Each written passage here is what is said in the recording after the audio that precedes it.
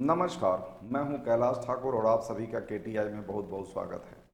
हम लोग CA foundation नहीं, सीएमए फाउंडेशन के क्लास करने जा रहे हैं। सीएमए फाउंडेशन में मैथ्स का है पार्ट और वो करने जा रहे हैं। जरा देखिएगा जी, CMA foundation fundamental of business mathematics. पहले बिजनेस मैथ्स का करते हैं, उसके बाद स्टैट्स का करेंगे। बच्चे, टॉपिक है वो आपका है ratio and proportion. Ratio and proportion में आपको इस चैप्टर में, इस सब्जेक्ट में आपको बहुत सारे कंसेप्ट क्लियर करके बताऊंगा और साथ ही साथ आपके शॉर्टकट ट्रिक्स और कैलकुलेटर ट्रिक्स भी होंगे। 1 घंटे में हमें 50 क्वेश्चन करने हैं और इस पेपर में 50 क्वेश्चन के लिए हमें मात्र 1 घंटा मतलब 60 मिनट टाइम मिला है। एक क्वेश्चन को करने के लिए 1 मिनट 12 सेकंड समय चाहिए। इसी 1 मिनट 12 सेकंड में हमें क्वेश्चन को पढ़ना भी है, समझना भी है, सोल्व भी करना है और जो ओवल है उसको सेटिंग भी करना है। तो सोच लीजिए कि आपको कितना समय मिलता होगा। 1 घंटा में अगर हम ट्रिक्स नहीं जानेंगे, शॉर्टकट ट्रिक्स नहीं जानेंगे, कैलकुलेटर पर काम करना नहीं जानेंगे तो हमारा सवाल छूट जाएगा। ठीक है, तो चलते हैं हम आगे। बच्चे, मैथमेटिक्स में हैं आपके दो मॉडल है, दो मॉड्यूल है और एक मॉड्यूल में बच्चे एक बात जरा सुनो। सेक्शन ए है, दूसरा सेक्शन बी है। सेक्शन ए में आपका फंडामेंटल ऑफ बिजनेस मैथमेटिक्स है और ये 40% है और उसके बाद फंडामेंटल ऑफ बिजनेस स्टैटिस्टिक्स है और ये 60% है। इस 40% को 3 हिस्सों में बांटा गया है। ये है अरिथमेटिक, दूसरा है अलजेब्रा, तीसरा है कैलकुलस। इस तीन में चला 40% में 15% सिर्फ अलजेब्रा से है, सॉरी अरिथमेटिक से, और 20% अलजेब्रा से है और कैलकुलस से मात्र 5% है। अब जरा देखोगे बच्चे, एक बात जरा सुनो। स्टैटिस्टिक्स में हमें 5 चैप्टर करना है और वो है रिप्रेजेंटेशन ऑफ डेटा, उसके बाद central tendency and dispersion, correlation and regression, probability and index number and time series. कहने के लिए बच्चे यहाँ पर 1 2 3 4 5 चैप्टर है, लेकिन है इसमें ज़्यादा चैप्टर। सेंट्रल टेंडेंसी अलग और डिस्पर्सन अलग हमें जानना चाहिए, कोरिलेशन अलग और रिग्रेशन अलग जानना चाहिए और इंडेक्स नंबर और उसके बाद टाइम सीरीज, ये दोनों अलग अलग जानना चाहिए। तो ये अलग अलग पार्ट है। अब चलते हैं बच्चे हम लोग अरिथमेटिक में कौन कौन सा पार्ट है। अरिथमेटिक में हमारे 4 चैप्टर है। ये जो 15% है बच्चे, इस 15% में आपके 4 चैप्टर है। Ratio, variation and proportion, time value of money, annuity, simple time value of money and annuity, इसमें सिंपल इंटरेस्ट, कंपाउंड इंटरेस्ट और एनुटी जानना है। Arithmetic progression and geometric progression जानना है, टाइम एंड डिस्टेंस जानना है। ये 4 चैप्टर है। अब जरा एक बात जरा बताओ, अगर हमारे को 50 क्वेश्चन आते हैं पेपर में, अगर 50 क्वेश्चन आते हैं और इस 50 क्वेश्चन का 40% कितना हो जाएगा? ये 20 क्वेश्चन होगा।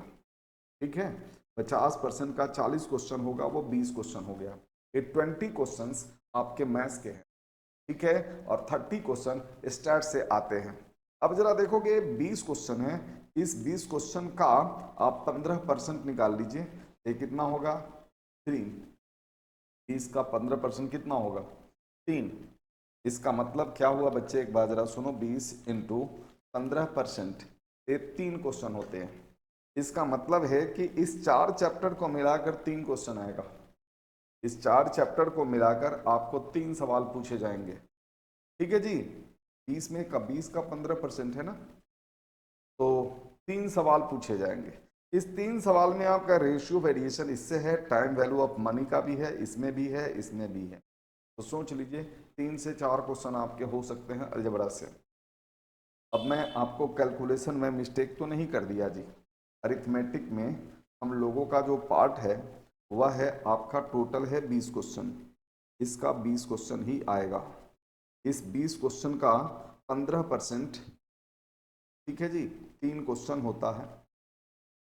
नहीं नहीं, गलती हो गया, ये 15 और 20 35 और 5 40, 40% है टोटल ना, तो 40 क्वेश्चन इतना हो गया। अब जरा एक बात जरा बताओ, तो 50 क्वेश्चन का 15% है, 50 क्वेश्चन का 15% कितना होगा? 7.5, 7.5 क्वेश्चन, मतलब इसका है 8 क्वेश्चन पेपर में आएगा। ऐसा नहीं है कि 7 क्वेश्चन आएगा, ये 8 क्वेश्चन पेपर में आएगा। ठीक है। ये 20 क्वेश्चन में से साढ़े 7 मतलब 8 क्वेश्चन होगा। ये जो 20 करीब 7.5 मतलब 8 क्वेश्चन जो होगा वह अरिथमेटिक का होगा। इसके बाद है 50 का 20%, कितना होता है? 50 का 20% 10 होता है जी। 50 का 20% कितना होता है? 10। तो अलजबरा से आपके 10 क्वेश्चन होंगे। अलजबरा से कितने क्वेश्चन होंगे बच्चे? अलजबरा से आपके 10 क्वेश्चन होंगे और 8 क्वेश्चन इससे, कैलकुलस से 2 से 3 क्वेश्चन होंगे। ये आपके टोटल 20 क्वेश्चन का डिस्ट्रीब्यूशन है। ठीक है जी। तो बच्चे एक बाजरा सुनो, इस 8 क्वेश्चन में आपके हैं 4 चैप्टर। ये देखिए 8 क्वेश्चन में ये 8 क्वेश्चन आएंगे और इस 8 क्वेश्चन में आपके 4 चैप्टर है। तो इक्वली अगर डिस्ट्रीब्यूट करोगे तो 2 क्वेश्चन इससे बनता है, 2 क्वेश्चन इससे बनता है और 2 क्वेश्चन इससे बनता है। ठीक है, ये 2 क्वेश्चन हमारा, 2 क्वेश्चन इससे बनता है और 2 क्वेश्चन हमारा इससे बनता है अगर हम इक्वली डिस्ट्रीब्यूट करें तो। लेकिन हमारा मानना है कि टाइम वैल्यू ऑफ मनी से इससे क्वेश्चन ज़्यादा होगा। इससे एक क्वेश्चन हो सकता है, इससे एक क्वेश्चन, एक 2 क्वेश्चन हो सकता है, इससे एक या 2 क्वेश्चन हो सकता है। तो बच्चे इस तरह से मार्क्स डिस्ट्रीब्यूशन।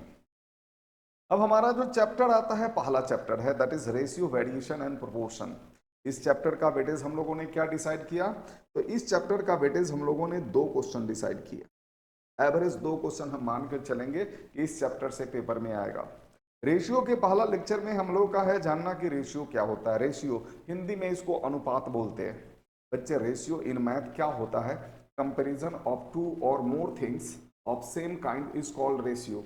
ठीक है ना जी, 2 या 2 से ज्यादा समान जिसकी यूनिट सेम हो, सेम काइंड का मतलब यूनिट सेम हो, इकाई सेम हो, तो उसको कहते हैं हम रेशियो। जरा देखिएगा जी, 2 और more things numbers of same kind same unit, इसको हम रेशियो कहते हैं। अब जरा एक बात जरा सुनो, रेशियो क्या बताता है कि कौन सा नंबर कितना बिग है या कितना स्मॉल है। ठीक है जी। अब जरा देखोगे रेशियो को हम डिनोट कैसे करते हैं, ए और रेशियो बी, इसको पढ़ते हैं हम लोग ए, इस सिंबल को बोलते हैं इज टू, इज टू। तो ए इज टू बी ऐसे पढ़ेंगे, इसको बोलेंगे ए अपॉन बी ऐसे बोलेंगे। इस ए को बोलते हैं एंटीसीडेंट और बी को बोलते हैं कंसेक्वेंट। बच्चे ये दोनों की दोनों का यूनिट हमारा सेम होना चाहिए, ए का और बी का, ये दोनों के दोनों का सेम यूनिट होना चाहिए। अगर यूनिट सेम नहीं होगा तो रेशियो नहीं होगा। ठीक है जी। और एक बात और सुन लीजिए कि यह दोनों का दोनों, यह और यह दो अलग अलग समान के वैल्यूज को शो करना चाहिए।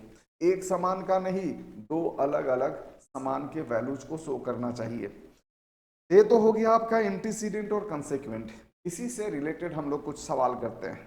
चलते हैं बच्चे, एक बात जरा सुनो, हमने आपके सामने कुछ सवाल रखा है और वो जरा देखिएगा। कहता है if antecedent of a ratio is 5 and consequent is 3, तो कहता है रेशियो बताओ। बेटे रेशियो का मतलब है क्या? सर रेशियो का मतलब क्या होता है? रेशियो का मतलब ये हो गया ए बाई सी, एंटीसीडेंट बाई कंसेक्वेंट। लेकिन यह जो नाम हमने लिख दिया ए बाई सी, ये अकाउंट का है। अकाउंट को शॉर्ट फॉर्म में लिख दोगे तो दैट इज, उसको हम कहेंगे कि रेशियो लिखा हुआ है। तो बेटे ए हो गया हमारा एंटीसीडेंट, सी हो गया हमारा कंसेक्वेंट। बेटे जरा बताना जी एंटीसीडेंट क्या है? 5 और कंसेक्वेंट है 3। तो एंटीसीडेंट के जगह पर एंटीसीडेंट को लिखो और कंसेक्वेंट के प्लेस पर कंसेक्वेंट को लिखोगे। अब जरा देखो इसी को कैसे हम लिखेंगे, 5:3, और ये हो गया आपका ऑप्शन ए, और ये हो गया option A is the correct answer. अगला एग्जांपल लेते हैं, नेक्स्ट एग्जांपल। बच्चे कम से कम समय में आपको ज्यादा से ज्यादा आउटपुट दूंगा और फालतू की बातें नहीं करूंगा। बच्चे एक बात जरा सुनिएगा, एक क्वेश्चन है कि if A consequent of a ratio is 7, antecedent 5 है, तो रेशियो पूछता है। तो सेम वही के सेम कहानी, मतलब है एंटीसीडेंट का मतलब एंटीसीडेंट अपॉन कंसिक्वेंट मतलब रेशियो, और कंसिक्वेंट हमें 7 दिया हुआ है तो 7 नीचे होगा। एंटीसीडेंट 5 है, एंटीसीडेंट की पोजीशन न्यूमरेटर में है, ये हो गया। इसी रेशियो को बोलेंगे 5:7। तो कौन सा ऑप्शन करेक्ट हुआ? Which option is correct? Sir option B is the correct answer. कौन सा ऑप्शन करेक्ट हो गया जी? तो option B is the correct answer. Next question लेते हैं बच्चे। नेक्स्ट क्वेश्चन ये है और ये रहा आपके सामने। Consequent and antecedent of ratio are 4 and 7 respectively, the inverse of the ratio. पता है रेशियो नहीं पूछ रहा है, रेशियो का इनवर्स पूछ रहा है। पहले रेशियो तो निकालो सर। रेशियो इक्वल टू तो होता है अकाउंट ए बाई सी। अब यहां पर जरा देखिए, कंसेक्वेंट है, पहले कंसेक्वेंट है तो कंसेक्वेंट इज 4, बाद में एंटीसीडेंट है तो बाद का नंबर 7 है। ये हमारा रेशियो हो गया। लेकिन हमसे रेशियो नहीं पूछ रहा है, इनवर्स ऑफ द रेशियो पूछ रहा है, इनवर्स ऑफ रेशियो। तो बच्चे एक बात जरा सुनो ना, 7/4 है तो इसका इनवर्स कितना हो जाएगा? 4/7। 4/7 इसको रेशियो में क्या लिखोगे? 4:7। ये हमारा आंसर हो गया जी 4:7। Which option is correct? तो option A is the correct answer. अगला सवाल लेते हैं बच्चे, नेक्स्ट क्वेश्चन लेते हैं। हमसे एक क्वेश्चन पूछा जाता है कि इसका इनवर्स बताइए। इनवर्स का मतलब है उल्टा कर देना। जो कंसेक्वेंट है वो एंटीसीडेंट पर चला जाएगा और जो एंटीसीडेंट है वो कंसेक्वेंट पर चला जाएगा। तो बच्चे एक बात जरा सुनोगे, इनवर्स रेशियो तो 15 जो होगा वो पहले हो जाएगा, 11 जो होगा वह बाद में हो जाएगा। इसलिए कौन सा ऑप्शन होगा? तो ऑप्शन ए हमारा आंसर होगा। नेक्स्ट एग्जाम्पल पर आते हैं बच्चे। नेक्स्ट एग्जाम्पल को जरा पढ़िए। The ratio of two quantities a दिया हुआ है, एंटीसीडेंट अगर 15 है तो कंसेक्वेंट क्या है? कोई बात नहीं, हम लिखते हैं तो लिखते हैं। तो बच्चे एक बात जरा सुनोगे, इधर ध्यान देना। रेशियो में हमारे को लिखा हुआ है बेटे 3/4। एंटीसीडेंट है 15 तो एंटीसीडेंट के जगह पर 15 लिख दिया। कंसेक्वेंट इज हाउ मच, तो मान लेते हैं कि कंसेक्वेंट इज हाउ मच, x। अब जरा बताओ, दोनों सेम रेशियो का पार्ट है तो जरा देखोगे 3 को 15 से कट करोगे तो 5 हो गया, यहाँ पर 1 हो गया, 1 into X, x equal to 4 5 जा, यहाँ पर 3/4 है ना, 3 5 4 5 जा 20, तो आंसर इज इक्वल टू 20। तो कौन सा ऑप्शन करेक्ट हो गया? 20 हो गया। मैं इसी काम को दूसरे ढंग से बोलता हूँ, इसी काम को बिना लिखे हुए भी हम काम कर सकते हैं। कैसे? तो बच्चे एंटीसीडेंट का कंपैरिजन एंटीसीडेंट से, कंसेक्वेंट का कंसेक्वेंट से। अब जरा देखो ना, ये हमारा 15 क्या है सर? 15 तो एंटीसीडेंट है। तो जब 15 एंटीसीडेंट है तो एंटीसीडेंट हमारा 3 है। यह 15 3 का कितना टाइम्स है सर? 5 टाइम्स है। तो 4 का 5 टाइम्स हमारा कंसेक्वेंट होगा। यह इसका जितना टाइम्स होगा उतना ही टाइम्स हमारा यह भी होगा, यह भी इसका होगा। 15 3 का 5 टाइम्स है तो कंसेक्वेंट इस कंसेक्वेंट का 5 टाइम्स होगा, तो 4 5 जा 20, तो आंसर इज 20। लिखना नहीं पड़ेगा, हमारा आंसर आ गया। चलते हैं अगला एग्जांपल पर। ये हमारा एग्जांपल है बच्चे कि इधर ध्यान से देखिएगा जी, ये हमारा एग्जांपल है। कहता है द रेशियो ऑफ क्वांटिटीज ये दिया हुआ, कंसेक्वेंट ऑफ इट्स इनवर्स इज 5, तो एंटीसीडेंट बताना है। अब जरा एक बात जरा सुनोगे, इधर ध्यान से देखिएगा जी। इसी को इनवर्स करोगे, इस रेशियो का इनवर्स करोगे, तो जब इनवर्स करोगे इनवर्स रेशियो, तो ये हो जाएगा हमारा रेशियो 7/5 हो जाएगा। अब 7/5 हो जाएगा तो 5 हमारा कंसेक्वेंट हो गया और ए हमारा एंटीसीडेंट हो गया। ठीक है, तो क्वेश्चन में पूछता है कि कंसेक्वेंट तो 5 है तो 5 है, तो एंटीसीडेंट क्या होगा? तो एंटीसीडेंट हमारा 7 हो जाएगा। इसलिए option C is the correct answer. कौन सा ऑप्शन करेक्ट होगा? तो option C is the correct answer. ठीक है जी। अच्छा बच्चे एक बात जरा सुनो, कुछ और बातें हम लोग करते हैं, इधर ध्यान से देखिएगा जी। बच्चे रेशियो निकालने के लिए हमारे दोनों टर्म के यूनिट सेम होना चाहिए। अगर सेम नहीं है तो हम सेम में कन्वर्ट करेंगे, उसके बाद ही हम रेशियो निकालेंगे। अगर सेम में कन्वर्ट नहीं हो सकता तो इसका मतलब वो रेशियो हो ही नहीं सकता, हम निकाल ही नहीं सकते। तो बच्चे एक बात जरा सुनो, हमारे पास एक क्वेश्चन है, कहता है कि 150 ग्राम और 2 kg का हमें रेशियो बताओ। बच्चे 1 ग्राम में है और 1 किलोग्राम में है। हमेशा कोशिश करो कि बड़ी यूनिट को छोटी यूनिट में कन्वर्ट कर दें। बड़ी यूनिट को किस में कन्वर्ट करें? छोटी यूनिट में कन्वर्ट करें, बड़े में नहीं। तो बच्चे बड़े में टाइम ज़्यादा लगता है। ये 150 ग्राम है और ये हमारा 2 kg है। तो 2 केजी है तो केजी को ग्राम में बदल दो। ये हो गया 150 ग्राम और यहाँ पर हो गया 2 केजी। 1 किलोग्राम में कितना ग्राम सर? 1000 ग्राम। तो 2 किलोग्राम में कितना ग्राम? 2000 ग्राम। बच्चे इसका भी यूनिट ग्राम हो गया, इसका भी यूनिट ग्राम हो गया। एंटीसीडेंट और कंसेक्वेंट दोनों का यूनिट ग्राम हो गया। इसका मतलब है कि हम रेशियो निकाल सकते हैं। चलते हैं हम जब कट करते हैं बच्चे, इधर ध्यान से, ये जीरो कैंसिल आउट हो गया। 5 से होगा 3, 5 से होगा ये 20। अब जरा देखिएगा, न्यूमरेटर हो गया 3, डिनोमिनेटर हो गया 20, तो रेशियो 3:20। तो देखिएगा 3:40, सॉरी 20 इंटू 2 40 होता है ना जी, मैंने तो गलती लिख दिया। एक बार जरा सुनो, 20 इंटू 2 40, तो ये 40 होगा, ये 3:40। Option A is the correct answer. ठीक है जी। अच्छा बच्चे एक बात जरा सुनिएगा, यहाँ पर अगला एग्जाम्पल है इसी टाइप का।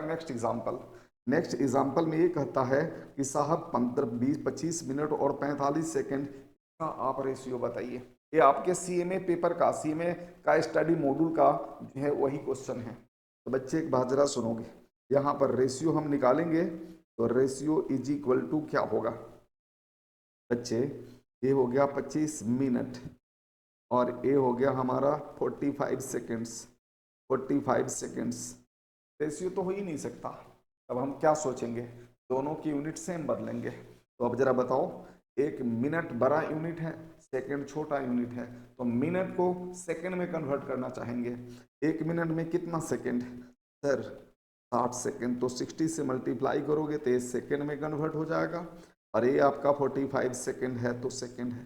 दोनों की यूनिट सेम हो गया, इसलिए रेशियो निकाल सकते हैं। अब सिंप्लीफाई कीजिए, 15 3 जा 15 4 जा, अब तो कुछ कैंसिल होने वाला नहीं है। 25 इंटू 4 100, डिनोमिनेटर हो गया 3, तो रेशियो कितना होगा? 100:2। ये हो गया हमारा रेशियो। बच्चे हमारा एक और एग्जाम्पल है, ये एग्जाम्पल है, इसको जरा करके देखिएगा। जरा देखिएगा जी बच्चे, जो टाइप बता रहा हूं उतने टाइप को कर लोगे, सवाल आपका नहीं छूटेगा। ठीक है ना जी। और मैंने आपके लिए सीएमए फाउंडेशन में लेटेस्ट जो भी क्वेश्चन आया हुआ है सबको बताऊंगा। ठीक है ना जी। तो बच्चे एक बात जरा देखिएगा जी, 2 घंटे यहाँ पर रेशियो बताना है सर। 2 घंटे, 2 घंटे और 15 मिनट, 1 घंटे और 15 मिनट दोनों को मिनट में बदलो। 1 घंटा में 60 मिनट, तो 2 घंटा में 2 इंटू 60 120 मिनट और 15 मिनट ए, दोनों ये मिनट में कन्वर्ट हो गया। डिनोमिनेटर में होगा 1 मिनट, 1 आवर मतलब 60 मिनट और 15 मिनट ए, ये हो गया हमारा मिनट। अब जरा देखोगे, antecedent is 60 into 2 120 plus 15 that is equal to 135 minutes और यहाँ पर हो गया 75 मिनट। ये दोनों की यूनिट सेम हो गई, इसलिए हम रेशियो निकाल सकते हैं। अब चलते हैं कैलकुलेट करते हैं। 15 से कट करो ना, ये क्या होगा बच्चे? जरा इधर ध्यान से,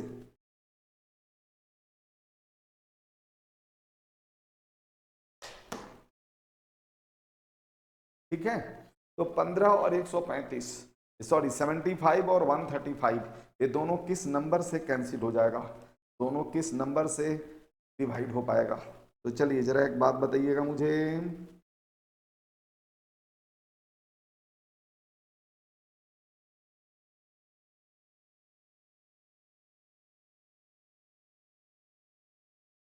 पंद्रह से कितना हो जाएगा बच्चे? ये हो जाएगा 15 से हमारा 5, अब 15 से हो जाएगा 9, तो 9/5 हो गया। इसकी रेशियो क्या होगा? 9:5। इसकी आंसर क्या हो गया? 9:5 and option B is the correct answer. अब एक सवाल थ्योरेटिकल पूछा जा सकता है, किताब में तो नहीं है लेकिन मैं खुद बता रहा हूँ बच्चे। इसकी जो यूनिट है और इसकी यूनिट है, दोनों यूनिट कैंसिल हो जाएगा। इसका मतलब रेशियो का इस 9:5 का यूनिट क्या होगा? कोई यूनिट नहीं होगा। इसलिए हमने ये लिखा है। आपसे अगर ये पूछा जाए थ्योरेटिकल कि unit of ratio is, ratio का क्या यूनिट होता है? ऑप्शन में सेंटीमीटर, किलोग्राम, रुपए, नो यूनिट। तो याद रखिएगा हम क्या लगाएंगे? No unit. रेशियो का कोई यूनिट नहीं होता है। ठीक है ना जी। अब चलते हैं आगे आगे। अब हम लोग को जानना है और वो है proportion of ratio, sorry properties of ratio. Properties of ratio में क्या कहता है, the value of ratio remains constant when the terms of the ratio are multiplied और divided by the same number. मतलब जैसे देखिएगा बच्चे, एक बात जरा सुनो, एग्जाम्पल समझाता हूँ। जैसे आपके पास 3/4 है, ये हमारा रेशियो है। इस दोनों को अगर हम किसी नंबर से 10 से मल्टीप्लाई करेंगे तो दोनों को 10 से मल्टीप्लाई, सेम नंबर से मल्टीप्लाई करेंगे तो बच्चे यह 3/4 ही रहेगा, वो चेंज नहीं होगा।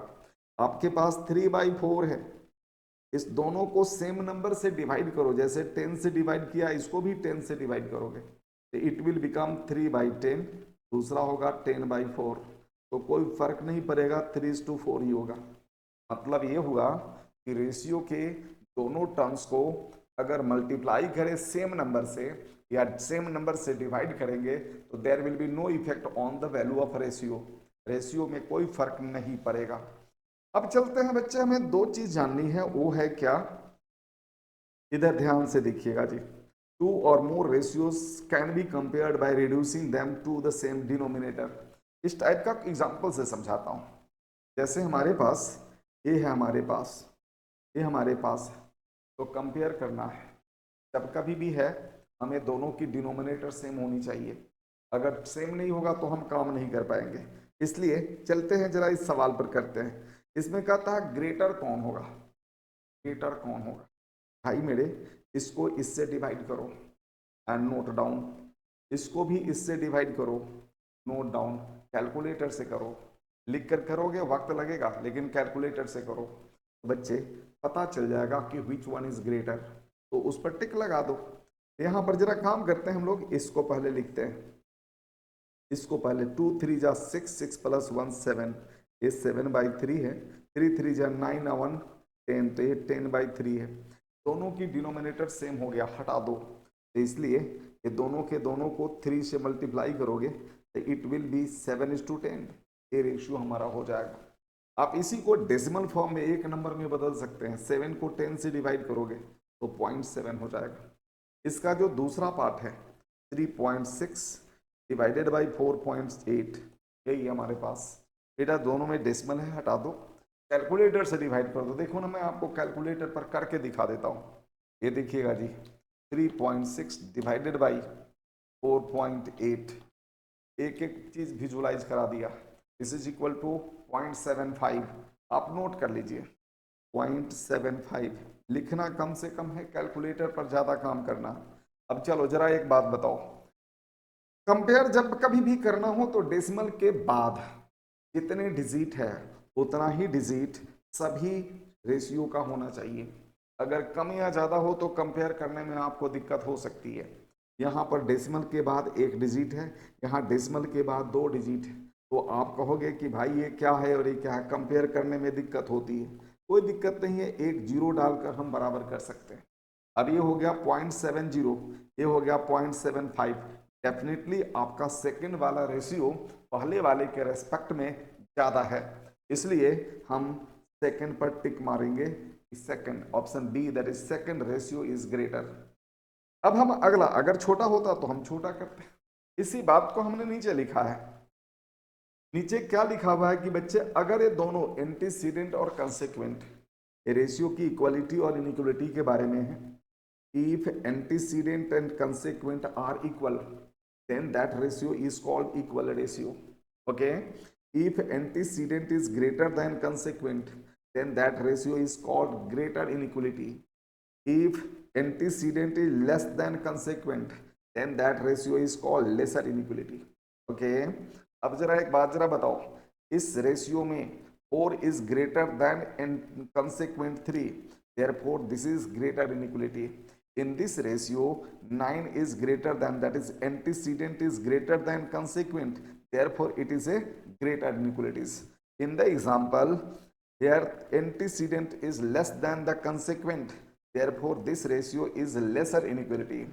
In this ratio 7 is less than 9, therefore 7:9 is called lesser inequality. Clear? अब चलते हैं बच्चे, एक बात जरा सुनोगे, एक इसी पर एक छोटा सा एग्जांपल ले लिया। कहते हैं क्या जी, ये हमारे पास दिया हुआ है रेशियो, ये रेशियो 7:3 किस टाइप का रेशियो है? इनइक्वलिटी है, इक्वल रेशियो है, ग्रेटर है, लेसर है, या इसमें से कोई भी नहीं है?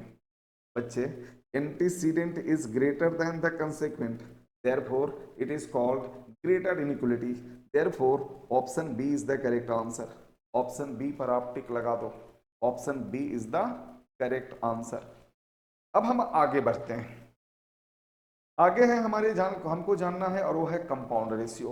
कंपाउंड रेशियो को हम कंबाइंड रेशियो भी बोलते हैं, कंपाउंड रेशियो को हम कंबाइंड रेशियो भी बोलते हैं, कंबाइंड रेशियो। और बच्चे, कंबाइंड रेशियो का मतलब है product of all ratios. Combined ratio का क्या मतलब है जी? दो या दो से ज्यादा रेशियो को अगर एक बार एक साथ मल्टीप्लाई कर दें तो एक रेशियो आता है, and that ratio, that equivalent, that ratio is called combined ratio और कंपाउंडेड रेशियो। हमारे पास दो रेशियो है, एक रेशियो ये है, दूसरा रेशियो ये है, ये दो रेशियो हमारे पास है। अब ये है, इसी की कंपाउंड रेशियो बताना है। कुछ नहीं करो, दोनों को मल्टीप्लाई कर दो, multiply it 2/5 multiply by 3/4, multiply करने के बाद जो रिजल्ट आएगा ये हो गया 2, numerator is 3, denominator is 10, the ratio is 3:10, 3:10। Option C is the correct answer. इतना इजी क्वेश्चन भी आता है पेपर में बच्चे। मैं आपके सामने एक और एग्जांपल लेकर आया हूं, और वो जरा देखिएगा। एग्जांपल है कि इस सभी रेशियो का कंपाउंडेड रेशियो बताना है, मतलब you have to do multiply all this ratios. तो क्या करना है? First ratio is 2/3, second is 3/9, third is 4 sorry गलत लिखा गया जी, ठीक है, 2/3, first is 2/3, second is 9/4, third is 5/6, and last is 8/10, 8/10। इस सभी को सिंप्लीफाई कर दो, या तो कैलकुलेटर से मल्टीप्लाई कर दो, चाहे ऐसे कर लो।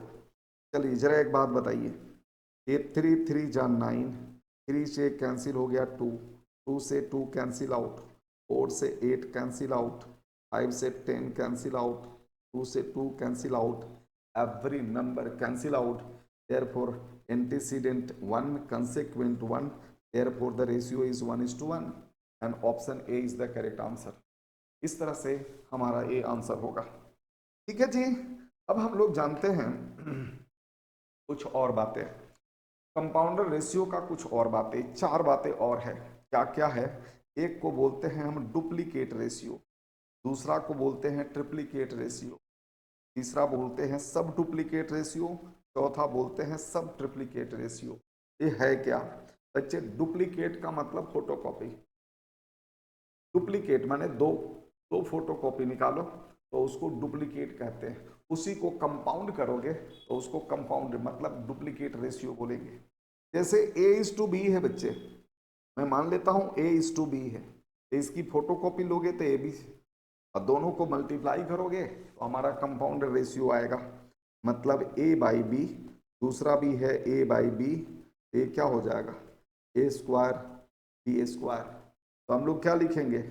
ऐसे लिखेंगे, duplicate ratio of A:B, antecedent और कंसेक्वेंट दोनों को स्क्वायर कर दो, बस हो गया आंसर। एंटीसीडेंट और कंसेक्वेंट दोनों को स्क्वायर कर दो, बस ये हो गया हमारा आंसर। ट्रिप्लीकेट माने 3 फोटोकॉपी, तीनों को मल्टीप्लाई कर दो, यहां पर लिखेंगे ट्रिप्लीकेट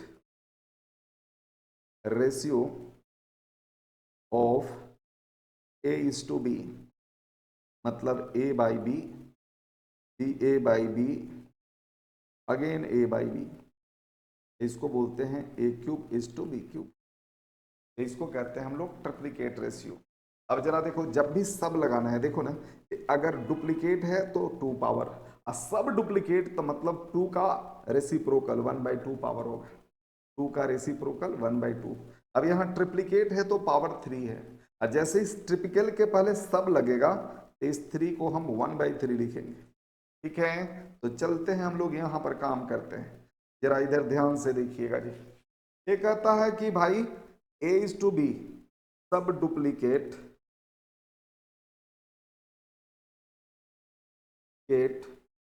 रेशियो ऑफ A:B। इसका बच्चे A का पावर 1/2, B का पावर भी 1/2, दोनों का पावर उल्टा कर दो। इसी को हम √A:√B बोलते हैं। ठीक है, इसको हम सब डुप्लीकेट बोलेंगे। सब ट्रिप्लीकेट, सब ट्रिप्लीकेट का मतलब क्या होगा बच्चे? यहां पर सब ट्रिप्लीकेट ऑफ A:B। यहां पर सब ट्रिप्लीकेट का 3 होता है ना, तो यहां पर सब जब लगेगा तो 1/3 हो जाएगा, B का पावर 1/3 हो जाएगा। इसी को हम लोग लिखेंगे cube root of A cube root of B। Cube root of A cube root of B। बच्चे एक बात जरा सुनिएगा जी, ये तो हमारा सवाल ये हो गया जी। अब इसी से रिलेटेड हम लोग कुछ सवाल करते हैं, कुछ एग्जाम्पल करते हैं। तो चलते हैं, जरा देखिएगा जी। पहला सवाल आपके सामने ए रहा, और ए सवाल है बच्चे, एक बात जरा सुनिएगा, इधर ध्यान से देखिएगा जी। क्वेश्चन कहता है भाई इसका डुप्लीकेट बताओ, मतलब you have to do square of antecedent and consequent, you will get the result. तो बते 3 square 9 and 4 square 16, therefore option C is the correct answer. Duplicate पूछता है, इसका मतलब दोनों को स्क्वायर कर दो, then answer is C. Next example is ये 4:5 का डुप्लीकेट रेशियो बताओ। बेटे देखो ना, ये क्वेश्चन भी है कि सीए फाउंडेशन में पूछा हुआ, पेपर में क्वेश्चन आया हुआ है। तो जरा बताइए 4 और 3 का ट्रिप्लीकेट रेशियो बताइए। इसका ट्रिप्लीकेट रेशियो इक्वल टू क्या होगा? 4 और 5 दोनों पर पावर 3 दे दो। बच्चे अगर आपको 4 पर पावर 3 नहीं करने आता, कैलकुलेटर का सहारा लीजिए। आप ऐसे करिएगा, 4 पर पावर 3 के लिए पहले 4 टाइप करो, मल्टीप्लाई का पावर पॉजिटिव हो तो press multiply button, power negative हो प्रेस डिवाइड बटन। अब जरा देखो, मल्टीप्लाई बटन प्रेस करोगे तो जितना पावर होगा उससे एक कम बार इक्वल टू का बटन प्रेस कर दोगे। पावर 3 है तो 2 बार प्रेस करोगे, ठीक है। पावर अगर 5 है तो 4 टाइम्स प्रेस करोगे। पावर +10 है तो 9 टाइम्स प्रेस करोगे। लेकिन अगर 4 का पावर अगर -3 होता तो 4 के बाद डिवाइड का बटन दबाएंगे, और जितना पावर होगा उतनी बार इक्वल टू का बटन प्रेस करेंगे। 3 पावर है माइनस में तो 3 टाइम्स हम इक्वल टू का बटन प्रेस करेंगे, तो calculator will give you the value of 4 raise to the power -3। चलिए जरा मैं करके दिखाता हूं। ये आपके सामने रहा कैलकुलेटर, क्या कहता है? 4 का पावर 3 तो 4 प्रेस कर दो, पावर +3 है, then we have to press multiply button, press multiply button and then press equal to button how many times? Number of powers, the value of powers -1 time. तो power 3 है, एक minus कर दोगे तो 2 बार। देख लीजिए जी, आपका 64 हो गया। 4 का पावर 3 इक्वल टू 64 होता है, ठीक है। इसी तरह से 5 का पावर करना है तो 5 प्रेस करो, press multiply button, power is 3, therefore press equal to button 2 times. यहाँ पर होगा 1 2, इट इज इक्वल टू 125। इसी को आप यहाँ पर लिख दो, it is equal to 4 raise to the power 3 equal to 64, 5 raise to the power 123 equal to 125। Therefore triplicate ratio of 4:5 is equal to 64:125 and then option C is the correct answer। ठीक है जी। एक और example लेते हैं बच्चे, ये जरा देखिएगा जी, ये एग्जांपल लेते हैं। Next example is the ratio compounded of this and duplicate ratio of this. बच्चे वेरी सिंपल क्वेश्चन, यहाँ पर कहता है कंपाउंडेड ऑफ 4/9 और किसका डुप्लीकेट, तो 3 का डुप्लीकेट 4 का डुप्लीकेट। ये हो गया, सिंप्लीफाई इट, ये हो गया 4/9, ये हो गया 9/16, 9 कैंसिल आउट, 4 जा 16, ये 1/4 and the ratio will be 1:4 and then option A is the correct answer। okay, next example is a important question है बच्चे, and this type of question may be asked any time। तो बच्चे एक बात जरा सुनोगे, the ratio compounded of this and sub duplicate ratio of this is 8:15। तो कहता है A की वैल्यू बताओ। बच्चे मैं पहले लिखता हूँ कंपाउंडेड ऑफ 4/5 और दूसरा है सब डुप्लीकेट मतलब ए का डुप्लीकेट हो गया और 9 का भी सब डुप्लीकेट हो गया। इज मीन्स इक्वल टू मैंने दे दिया यानी हो गया 8/15। You have to solve it and then find the value of a. बच्चे हम गो बाई चॉइसेस भी जा सकते हैं, कैसे वो जरा मैं बता देता हूं बच्चे। यह स्क्वायर रूट ऑफ ए है और हमें ए की वैल्यू निकालना है। We have to find the value of a. तो यहाँ पर ए मतलब अंडर रूट ए, तो हमें इन option we have to search those options, we have to see those options which square root can be obtained easily. Therefore 2 का square root easily नहीं आएगा, 3 का भी नहीं आएगा, 5 का भी नहीं आएगा, 4 का आ जाएगा।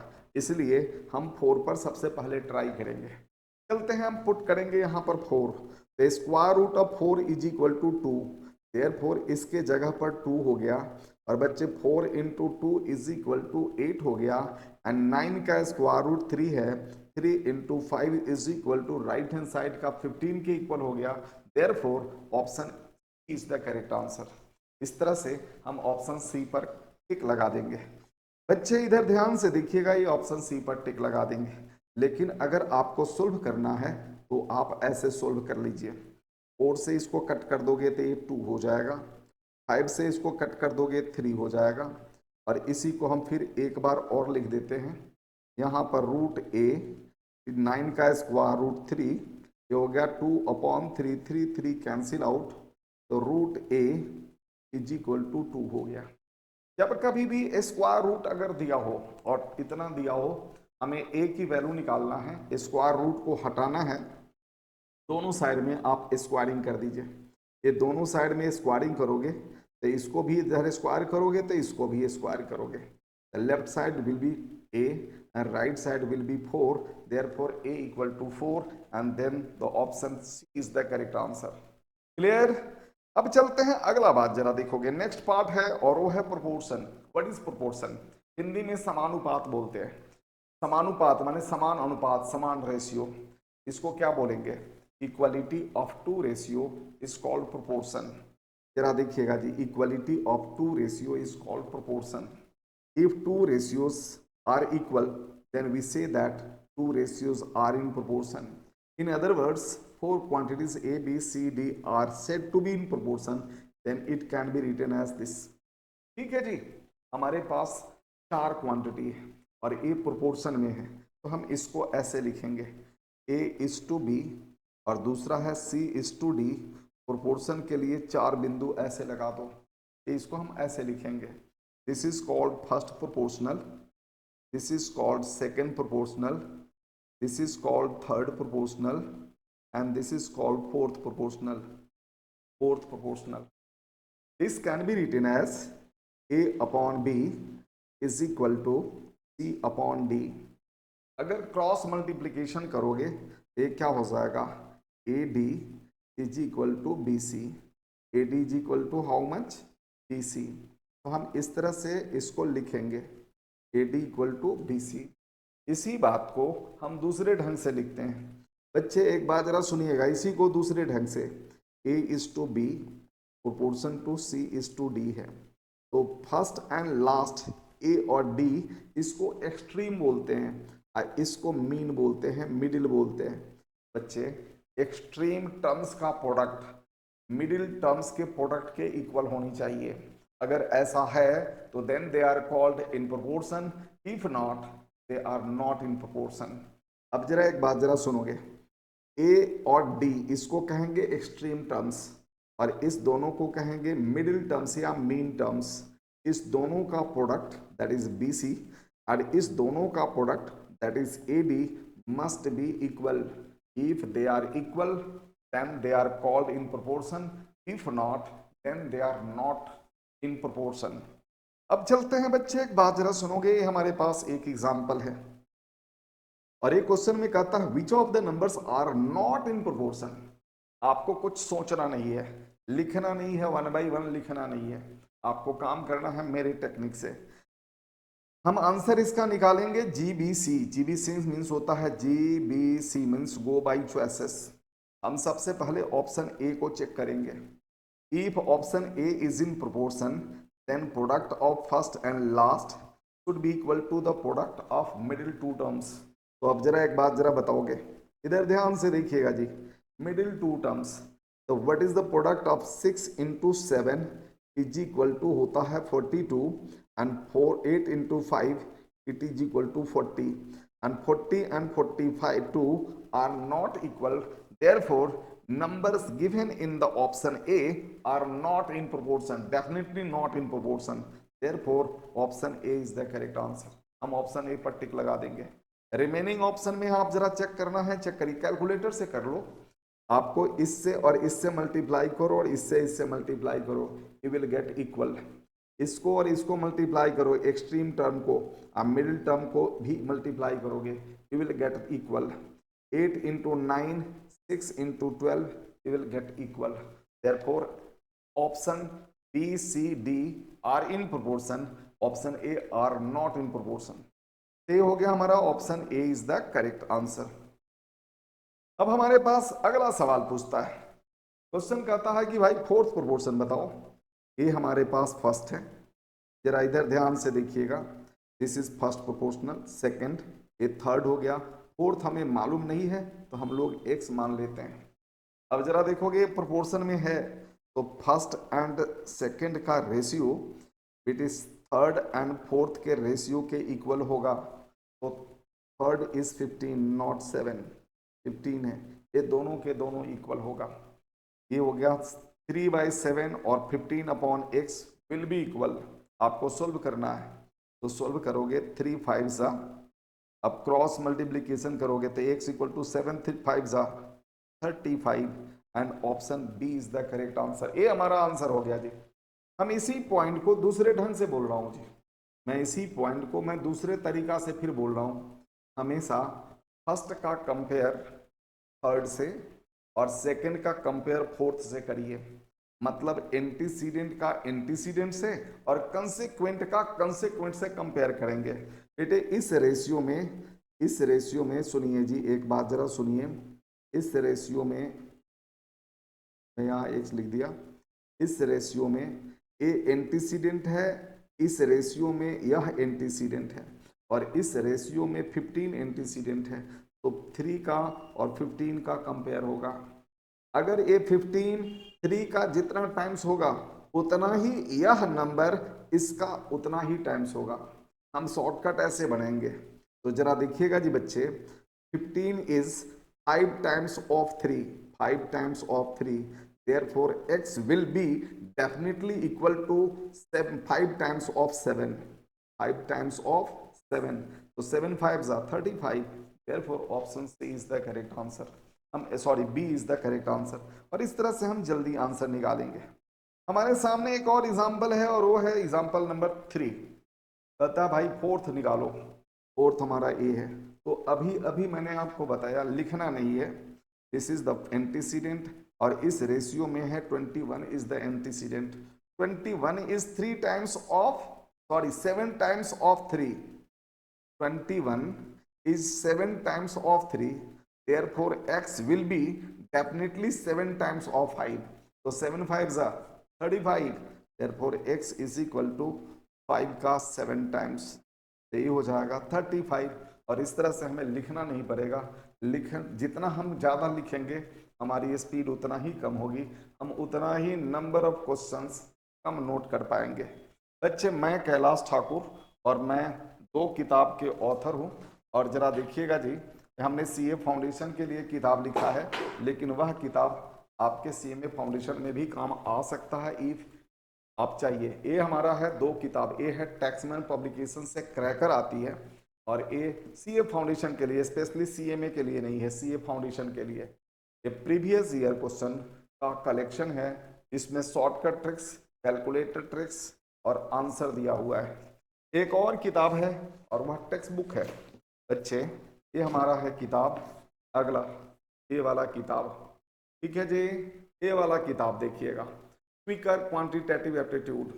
यह किताब टैक्समैन पब्लिकेशन से भी आता है, लेकिन इसमें आपके सारे स्टडी में ढंग से लिखा हुआ है, एक्सप्लेन किया हुआ है, टाइप वाइज क्वेश्चन है, इसको जितना करना होगा कर ले, एग्जाम्पल भी और प्रीवियस ईयर भी अगर कर ले तो बच्चा फेल नहीं करता, अच्छे स्कोर से पास करता है। ठीक है ना जी। तो इसमें ए है दम। कैलकुलेटर से कैसे हम कम से कम समय में काम कर सकते हैं, इस टाइप का किताब लिखा हुआ, शॉर्टकट वाला लिखा हुआ सिर्फ मेरा किताब है, कैलाश ठाकुर सर का किताब है, हिंदुस्तान में और किसी ऑथर का नहीं है। ठीक है। तो ए है सीए फाउंडेशन के लिए, लेकिन सीएमए फाउंडेशन के लिए मैं आपको ऐसे बता रहा हूँ, ये भी शॉर्टकट है जो काम कर रहे हैं। अगला सवाल है बच्चे हमारे पास ए है, ये जरा देखिए एग्जाम्पल नंबर 4। ये आपके सीएमए फाउंडेशन में ऐसा क्वेश्चन है, कहता है ए भाई प्रोपोर्शन में है तो एक्स की वैल्यू बताओ। अगर प्रोपोर्शन में है तो product of first and last will be equal to the product of middle two terms. हम इस तरह से जानेंगे तो हमें कम लिखना पड़ेगा, तो 1/2 into 1/x will be equal to 1/3 into 1/5, ये हो गया 1/2x, right side will be 1/15। Numerator दोनों का सेम है तो डिनोमिनेटर भी सेम होगा, या क्रॉस प्रोडक्ट करोगे तो 2x will be equal to 15, therefore x is equal to 15/2। ये हमारा आंसर हो गया, option C is the correct answer. ठीक है जी। ये हमारा अब एग्जाम्पल नंबर है 5, एग्जाम्पल नंबर 5 है। अब जरा देखिएगा, ये क्वेश्चन है, बहुत ही अच्छा क्वेश्चन है। कहता है एक नंबर बताओ जिसका 26 के साथ, ये मान लिया कि x है, जो रेशियो है वही रेशियो इसके साथ है, तो x मान लिया, इसका मतलब x का 26 के साथ जो रेशियो है वही same ratio means equal to 6 और 13 के साथ है, ये हमें दिया हुआ है। And then we have to find the value of x। बच्चे 13 से इसको कट कर दोगे 2 6 जा, ये हो गया x equal to 12, and therefore no option, none of this is the correct answer. यहां पर आंसर होगा 12। नेक्स्ट एग्जांपल में है जी continued ratio, continued proportion. Continue का मतलब क्या होता है, what do mean by continue, मतलब जो प्रोपोर्ट रेशियो जहां पर एंड हुआ वहीं से स्टार्ट हो तो उसको कंटिन्यूएशन बोलते हैं, कंटिन्यू बोलते हैं। जरा देखिएगा बच्चे, एक बात जरा सुनिएगा जी, हमारे पास A/B है, अब ये रेशियो B पर खत्म हुआ तो अगला रेशियो B से ही स्टार्ट होगा और अगला बात C हो गया, इस तरह से हम लिखेंगे। तो बच्चे इस दोनों को हम लोग, ये जरा देखिएगा जी, ये हमारा फर्स्ट हो गया, ये हमारा थर्ड हो गया, ये बीच वाले दोनों को मीन प्रोपोर्शन बोलते हैं या मिडिल प्रोपोर्शन बोलते हैं, बीच वाले को मिडिल प्रोपोर्शन बोलते हैं, और इस तरह के प्रोपोर्शन को कंटिन्यूड प्रोपोर्शन बोलते हैं। बच्चे एक बात जरा सुनिएगा जी, अब इसी बात को मैं लिखूं तो ऐसे लिखूंगा कि A/B is equal to B/C, therefore B² is equal to AC, B² equal to AC, तो B इक्वल टू क्या होगा, square root of AC, square root of AC। इस तरह से यहाँ पर हम XYZ ले रहे हैं बच्चे, कंटिन्यूड प्रोपोर्शन में XYZ को लिखना है तो X is to Y proportion to Y is to Z, ऐसे लिखेंगे। तो इसको हम लोग फर्स्ट प्रोपोर्शन बोलेंगे, इस दोनों को हम मिडिल प्रोपोर्शन बोलेंगे या मीन प्रोपोर्शन बोलेंगे, इसको हम थर्ड बोलेंगे। ठीक है जी, थर्ड बोलेंगे। अब जरा एक बात जरा सुनिए, तो Y² इक्वल टू क्या होगा, X इंटू Z। ठीक है, B के जगह पर Y आ गया और यहाँ पर A है और A हमारा C है, तो ऐसे लिख देंगे, तो Y इज इक्वल टू कितना होगा, स्क्वायर रूट ऑफ XZ, ये हमारा हो गया Y। मीन प्रोपोर्शन अगर हमें निकालना है तो हम ऐसे काम करेंगे, हमारे क्वेश्चन में ऐसे लिखा हुआ होगा कि X Y Z are continued proportion, continued proportion, proportion ऐसे लिखा होगा। तो हम इस वाले को मीन प्रोपोर्शन बोलेंगे, इस वाले को फर्स्ट और इस वाले को थर्ड बोलेंगे। अगर मीन को निकालना है, y की वैल्यू निकालना है, तो y को पहले और तीसरे इस दोनों को मल्टीप्लाई करके स्क्वायर रूट निकालोगे, इसी y को ज्योमेट्रिक मीन बोलते हैं। y is geometric mean of x and z, ऐसे बोलेंगे। y is called the geometric mean of x and z। Mean proportion क्या होगा, तो दोनों टर्म का ज्योमेट्रिक मीन होगा। अच्छा बच्चे, एक और बात सुन लीजिए, अगर हमें यह वैल्यू निकालना है तो इस दोनों को मल्टीप्लाई करके स्क्वायर रूट निकालो।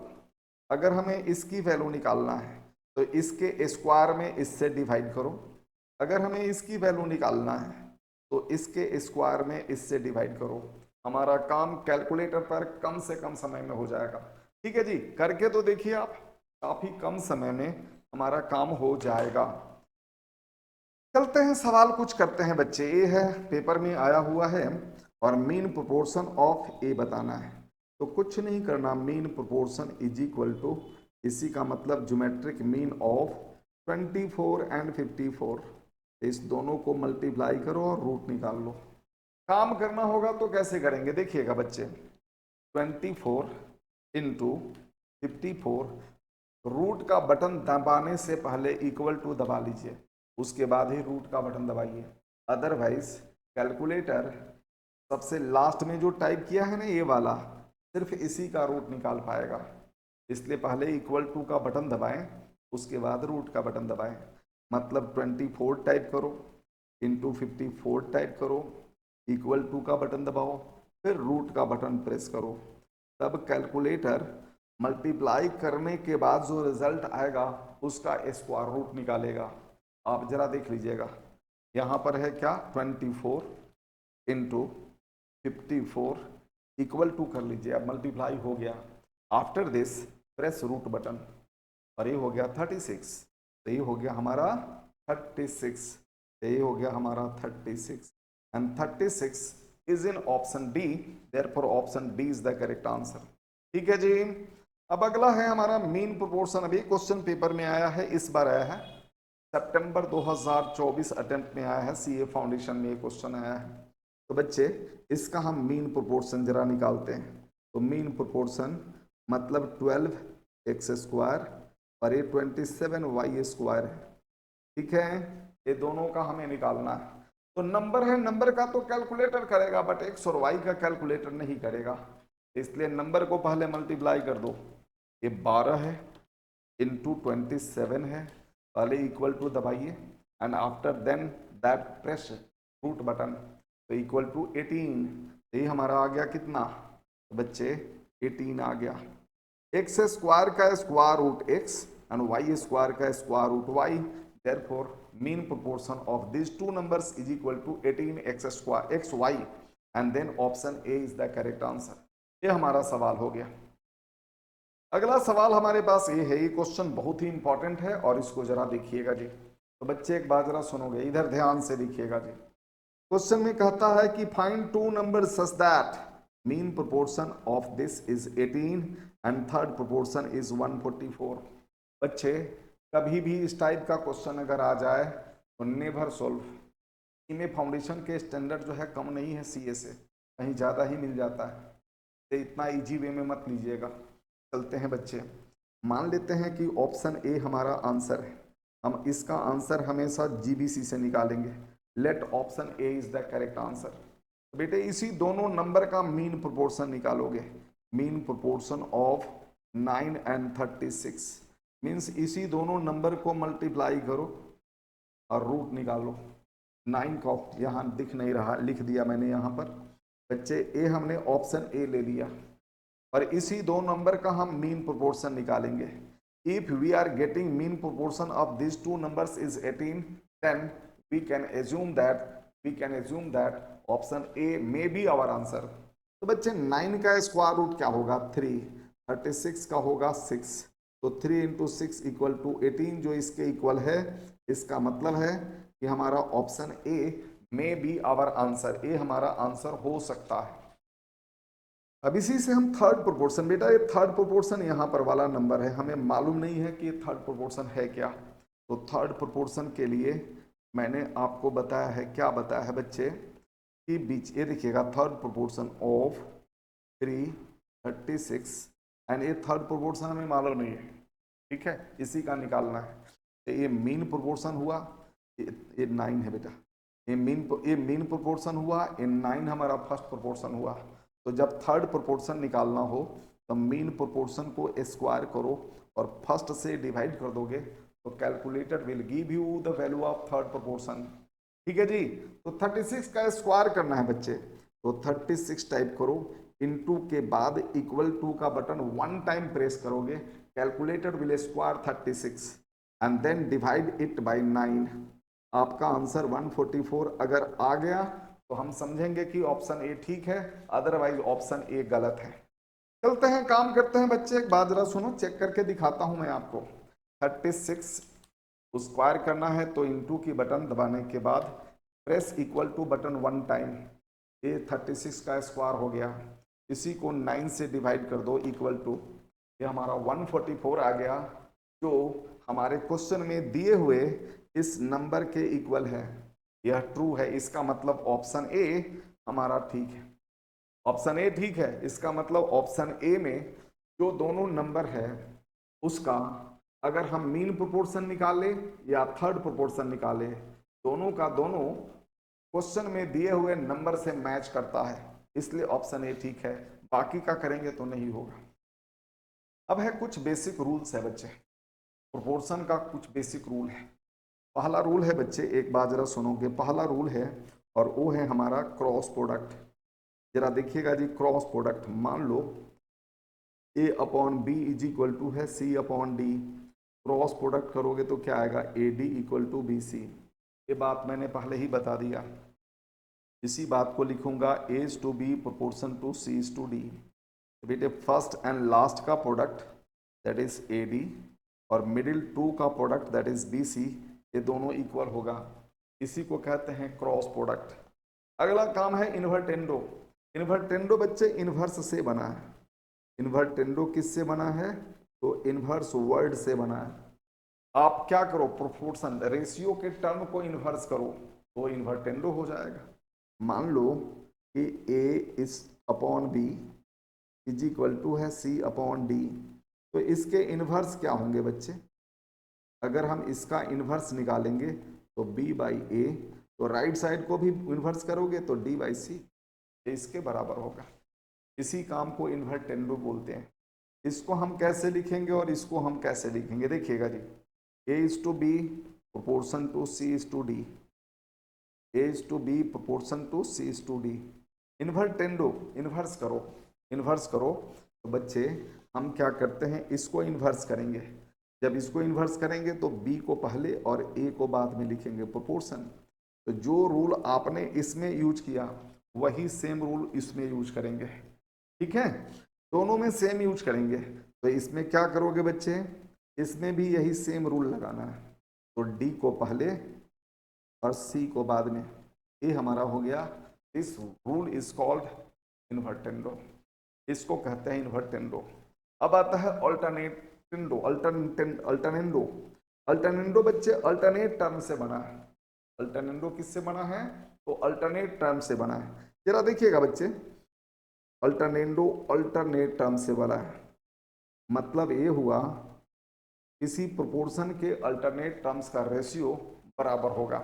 इसी को मैं अपने ढंग से बोल दूंगा तो हमारा टक्स भी बन सकता है। लैंग्वेज वाला क्वेश्चन अगर आएगा तो उसमें आपको काम आएगा। जरा देखिएगा बच्चे, a by b equal to C upon d हमने मान लिया, तो क्रॉस मल्टीप्लीकेशन करोगे तो ए डी इक्वल टू क्या होगा, डी सी हो जाएगा। अब हमने सी को इधर भेज दो और डी को इधर भेज दो, तो it can be written as A by C is to B by D, ऐसे हो गया। अब इसी पॉइंट को मैं अपने ढंग से बोलता हूं बच्चे, तो ऐसे बोलूंगा, कैसे बोलूंगा कि ऊपर वाले का रेशियो नीचे वाले के रेशियो के इक्वल होगा। तो ए और सी का रेशियो बी और डी के रेशियो के बराबर होगा जो सामने दिख रहा है। ठीक है, and this is called alternendo. Alternendo नाम कैसे है भाई, तो अल्टरनेंडो है यह कि a is to B proportion to C is to d है, तो मुझे ए वाला बन जाएगा a is to c proportion to b is to d, यही बनेगा ना, यही बनेगा ना जी, तो बनेगा। अब अल्टरनेंडो काम कैसे हुआ बच्चे, अल्टरनेंडो बने एक को छोड़कर, यह लेंगे, ओहो यह लेंगे, इसको छोड़ेंगे, यह लेंगे, ये अल्टरनेट हुआ, तो इसलिए ए और सी का रेशियो ए आया। अगर हम यहाँ से लेंगे, इसको लेंगे तो इसको छोड़ेंगे, इसको लेंगे, इसलिए इसका नाम अल्टरनेट बना, इसलिए बी और डी आया, इसलिए इसको अल्टरनेंडो बोलते हैं। अब अगला पार्ट है बच्चे componendo and dividendo. Next part is componendo and dividendo. Componendo का मतलब होता है प्लस करना, डिविडेंडो मतलब माइनस करना। अब जरा देखिएगा जी, मैं रेशियो ले लेता हूं, a upon b is equal to C upon d. Let A upon b is equal to C upon d, ऐसे हमने मान लिया। कंपोनेंडो मैंने प्लस करो तो ए और बी को प्लस कर दो, तो राइट साइड में भी दोनों को प्लस करोगे, कर दिया। जो डिनोमिनेटर दोनों का है उसको एज इट इज लिख दो, बीच में इक्वल टू कर दो, this work is called componendo. इसी तरह से यहाँ डिविडेंडो मैंने माइनस कर दो, ए और बी लिख दिया, माइनस करेंगे तो राइट साइड में सी और डी, पहले ऊपर वाला फिर नीचे वाला लिखा, माइनस कर देंगे, दोनों के डिनोमिनेटर जो है उसको लिख दो, इक्वल टू का साइन दे दो, इसी को कहते हैं डिविडेंडो। ठीक है जी, इसी को कहते हैं डिविडेंडो। अब इसी बात को मैं ऐसे लिख सकता हूं बच्चे, इसी बात को मैं और भी लिख सकता हूं, कैसे लिख सकता हूं वो जरा देख लो, इधर ध्यान से देखिएगा जी। इसी बात को मैं और भी लिख सकता हूं, कैसे लिख सकता हूं वो जरा देखोगे बच्चे, इधर ध्यान से देखिएगा जी। क्या ये जो रेशियो दिया हुआ है ना, ये रेशियो दिया हुआ है, इस दोनों तरफ में हम जो नंबर, ये देखिएगा जी, यहाँ पर a अपॉन बी है और c अपॉन डी है। अगर यहाँ +1 करूंगा तो इधर भी +1 करूंगा। यहाँ पर जरा देखिएगा जी, a अपॉन बी है equal to C upon D है, इधर -1 करोगे तो इधर भी -1 करना होगा, तभी दोनों इक्वल होंगे। अब इसको सोल्व कर दो, इसका एलसीएम लोगे तो b होगा, तो a प्लस बी हो जाएगा। राइट साइड में d और यहाँ 1 का एलसीएम लोगे तो d हो जाएगा, और यहाँ c प्लस डी हो जाएगा। आप जरा देख लीजिए दोनों के दोनों, यह वही नंबर है, यह वही नंबर है जो हमने ऊपर लिखा है, यह वही नंबर है। ठीक है, इसी तरह से इसका एलसीएम ले लेंगे, यहाँ पर b, यहाँ a माइनस बी, और यहाँ पर d, यहाँ होगा c माइनस डी। यह वही नंबर है जो आपने ऊपर लिखा। ठीक है, तो इसलिए इसको हम लोग बोलते हैं कंपोनेंडो और इसको बोलते हैं डिविडेंडो। अब इस दोनों वर्ड को मिला करके एक साथ लिखते हैं, that is componendo and dividendo, उसको बोलते हैं कंपोनेंडो एंड डिविडेंडो। बेटे एक बात जरा सुनो, इस वाले को इससे डिवाइड कर दो, देखो क्या आता है, तो बच्चे वो हो जाएगा हमारा कंपोनेंडो एंड डिविडेंडो। चलिए जरा एक बात जरा सुनिएगा जी, मैं डिवाइड कर रहा हूं जी, इधर ध्यान से देखिएगा जी, मैं डिवाइड कर रहा हूं, यहाँ a प्लस बी है, पाई बी है, राइट साइड में c प्लस डी है, पाई डी। अब इससे डिवाइड करना है, यहाँ a माइनस बी है, पाई बी है, और इधर डिवाइड करना है तो c माइनस डी है, पाई डी है। अब जरा देखिएगा जी, दोनों का डिनोमिनेटर सेम, कैंसिल आउट, बीच में इक्वल टू कर दो, तो हमारे पास क्या आया, ये आया a plus B by A minus B equal to C plus D by C minus D. इस काम को कहते हैं बेटे, यहाँ पर प्लस और माइनस दोनों काम हुआ है, इसलिए इसको कहते हैं यहाँ प्लस और माइनस दोनों काम हुआ है, इसलिए इसको कहते हैं कंपोनेंडो एंड डिविडेंडो। बेटे कंपोनेंडो एंड डिविडेंडो इसी को हमें लिखना है, ऊपर जो लिख दिया यही कंपोनेंडो एंड डिविडेंडो है।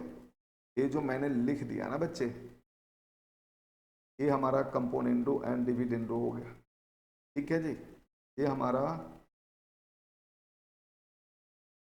कंपोनेंडो एंड डिविडेंडो हो गया।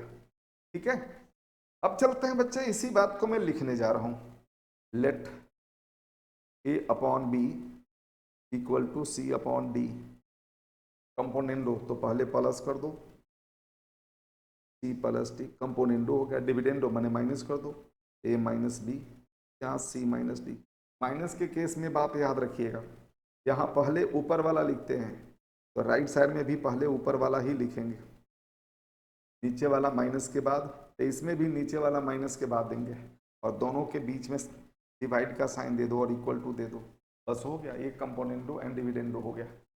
मैं इसी को मैं अपने तरीके से कुछ अपनी टेक्निक बनाया हूँ, ट्रिक्स बनाया हूँ, वो जरा देखिएगा, और वो मेरी एक्सपीरियंस बच्चे देखोगे, एक बात जरा सुनोगे, इधर ध्यान से देखिएगा जी कि ठीक है जी।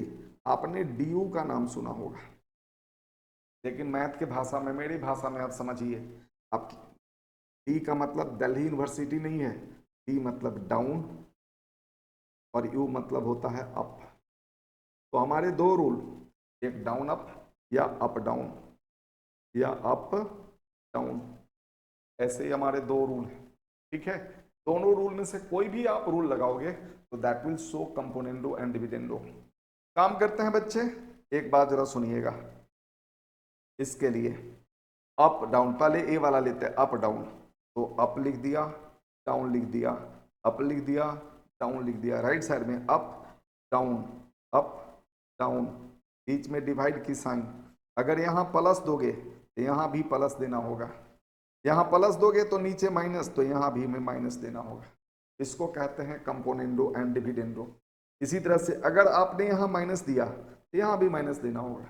जब यहाँ माइनस दोगे तो नीचे प्लस, यहाँ भी हमें plus. This work is called componendo and dividendo. ठीक है जी, आप कोई जरूरी नहीं है कि पहला रूल लगाओ, दूसरा भी लगा सकते हो। हमारे क्वेश्चन को सोल्व करने के पीरियड में दोनों में से जो यूज हो जाए, जो जरूरत पड़ जाए, हम उसका इस्तेमाल करते हैं। जैसे डाउन अप की वाला बात देख लो, डाउन अप बच्चे, down up down up down up, जरा देखिएगा जी, down up down up, right side में डाउन अप डाउन अप, बीच में डिवाइड की साइन, यहाँ प्लस तो यहाँ भी प्लस दोगे, फिर यहाँ प्लस तो यहाँ माइनस, यहाँ भी माइनस। ये हमारा हो गया, इसी को भी कंपोनेंडो एंड डिविडेंडो बोलते हैं। अगर यहाँ माइनस लिखोगे तो यहाँ भी माइनस देना होगा, यहाँ माइनस तो यहाँ पर प्लस, तो यहाँ पर प्लस। ये रूल को कंपोनेंडो एंड डिविडेंडो बोलते हैं। अब हमारे पास कुछ थ्योरम्स है बच्चे, जो सीएमए बुक से लिया गया है, और वो है हमारा एक अडेंडो। बच्चे मान लेते हैं कि ए upon B equal to C upon D equal to E upon f equal to, और भी हमारे पास रेशियो। अब जरा देखो, सब्ट्राहेंडो में भी ऐसा ही मान लेते हैं कि ए upon B equal to C upon D equal to E upon F, और भी हमारे पास ए है रेशियो, जो इक्वल है। तो हर रेशियो के बदला में हम क्या लिखेंगे, therefore each ratio is equal to, देखिएगा, पहला रेशियो ए बाई बी, दूसरा सी बाई डी, तीसरा E by F, dot dot is equal to. आपको कैसे लिखना है वो जरा देखिएगा। लिख दिया।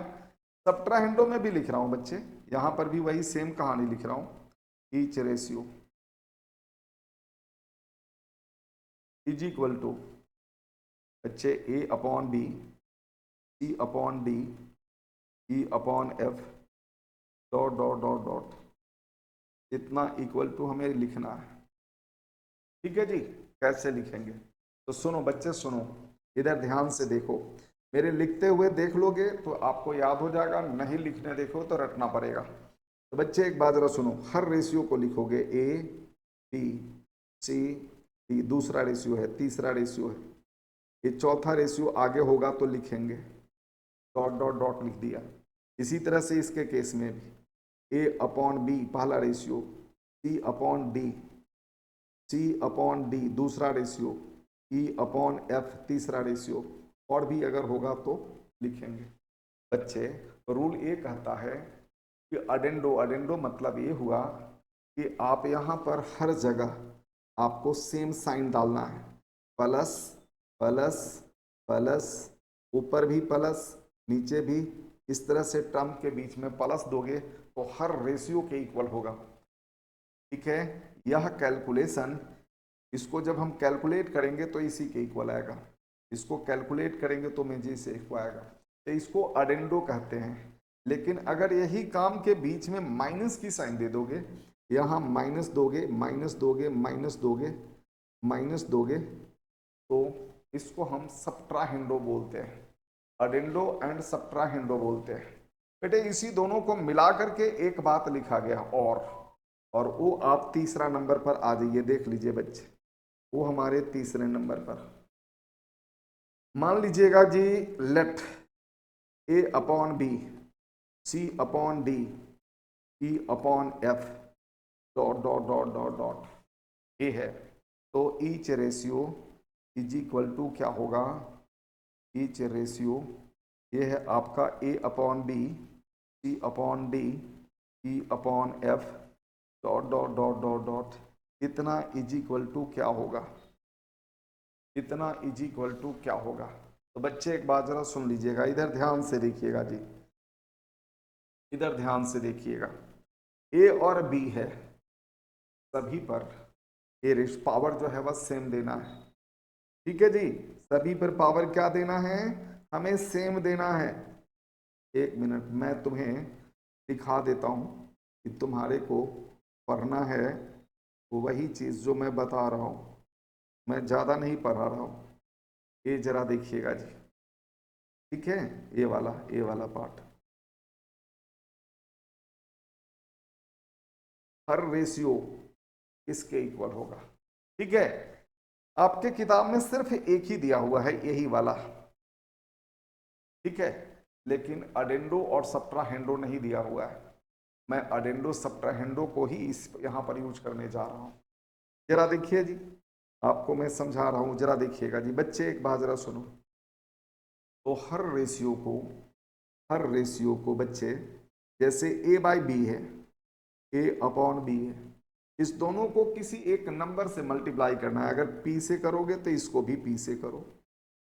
दूसरा रेशियो हमारा है सी और डी, सी डी लिख दिया। इस दोनों को सेम नंबर से मल्टीप्लाई करो, क्यू से किया तो क्यू से करो। ई अपॉन एफ है, ई अपॉन एफ लिख दिया। दोनों को आर से करना है तो आर से करो।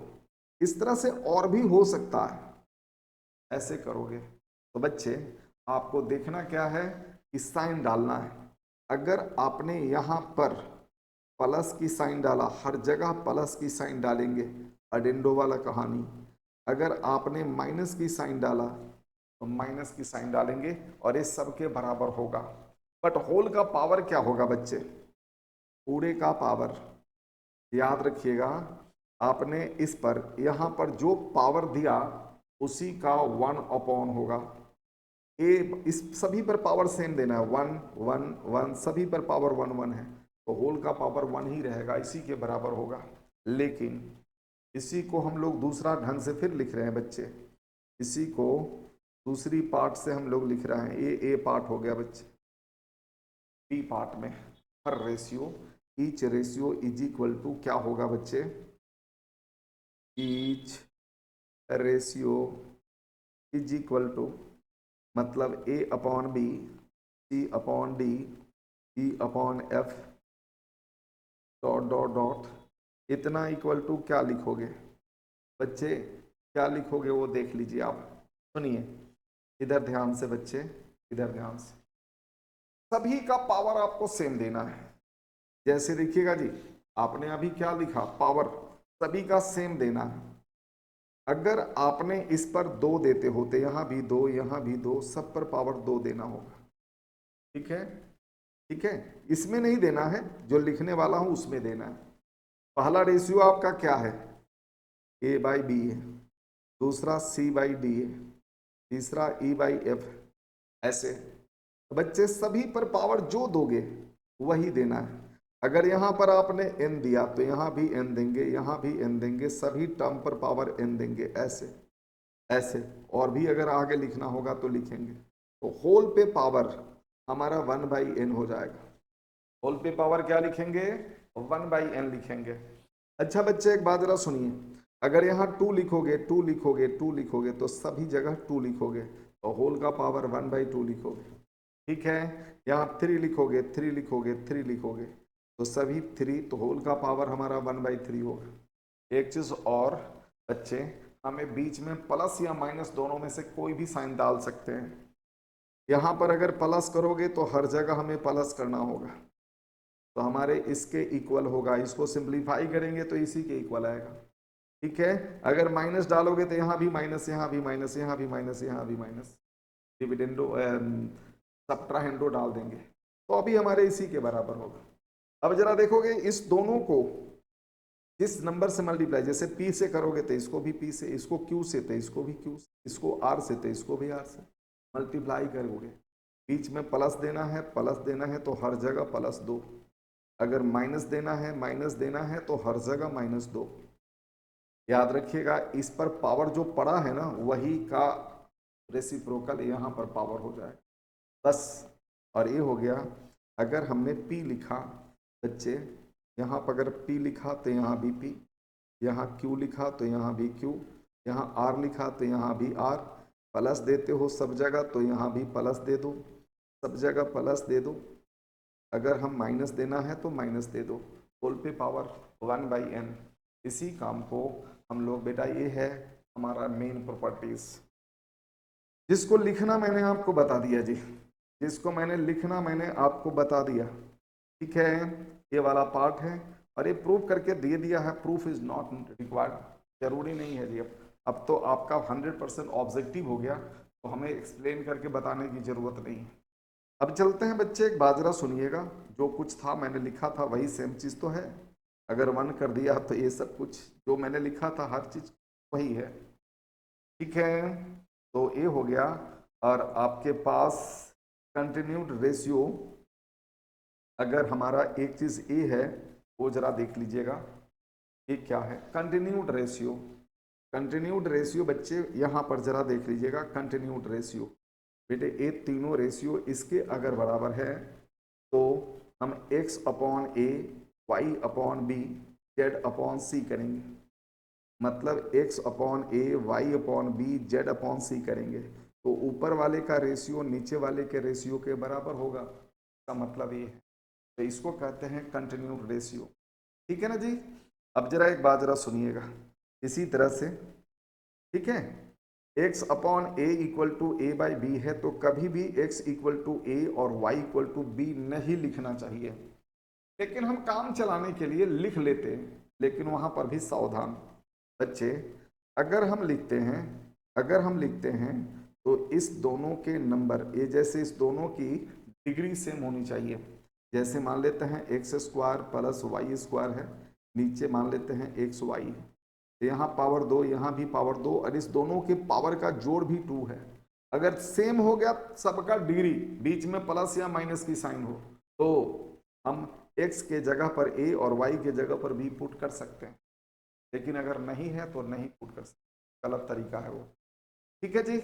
इस तरह से हमने आज आपके लेक्चर नंबर 1 में आपको ये सारी बातें बता दिया और इसी के आधार पर आपको है कि बहुत सारे काम करने हैं। ठीक है, और मैं अब आपको अगले लेक्चर में आपको आगे की जो भी पॉइंट्स हैं वो मैं आपको लेक्चर नंबर 2 में आप देखेंगे, आगे का सभी पॉइंट्स, जिसमें ये सब जो कुछ भी दिया हुआ है सब कुछ मैं सोल्व कर दूंगा। और प्रीवियस ईयर क्वेश्चन जो भी होंगे, जो रिसेंटली आए हैं, सभी की सॉल्यूशन भी उसमें मिलेगी, जो आपके आगे के पेपर में काफ़ी हेल्प पहुंचाएगा। ठीक है, तो इसी के साथ कैलाश ठाकुर सर को विदा दीजिए, फिर मिलते हैं अगले क्लास में। Thank you so much, bye bye bye, जय हिंद, जय हिंद।